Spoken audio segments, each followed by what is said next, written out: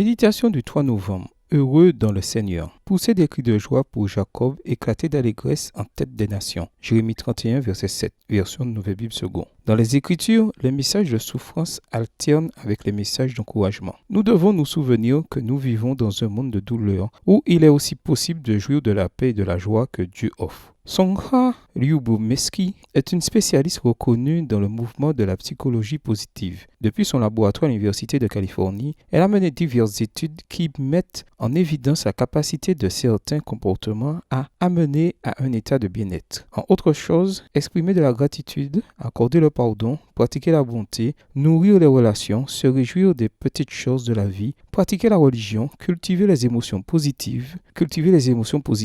Les recherches sont résumées dans son ouvrage de vulgarisation. Comment être heureux et le rester. Sans être des études focalisées sur la religion ou la spiritualité, ces recommandations sont très proches de celles que promeuvent la religion. Bien que l'on croit généralement que la richesse matérielle est source de bonheur, les observations ne confirment pas cette idée. Le travail de Raymond Nicholson et de ses collègues publié dans Psychological Science, chapitre 14, pages 631 à 536, décrit les attitudes de 12 000 étudiants universitaires avant et après 2 décennies. 20 ans après, ceux qui avaient exprimé des aspirations matérialistes à leur époque estudiantine, leur objectif primordial était de gagner de l'argent, montraient une satisfaction moindre que ceux aux aspirations non matérialistes. Il se trouve qu'accumuler des biens épuise. L'architecte et concepteur américain Frank Lloyd Wrench, 1867-1959, érigea des maisons pour les familles les plus fortunées de son époque. Il observa ainsi de près leur style de vie et leur caractère. Finalement, il écrivit « Beaucoup de riches ne sont guère plus que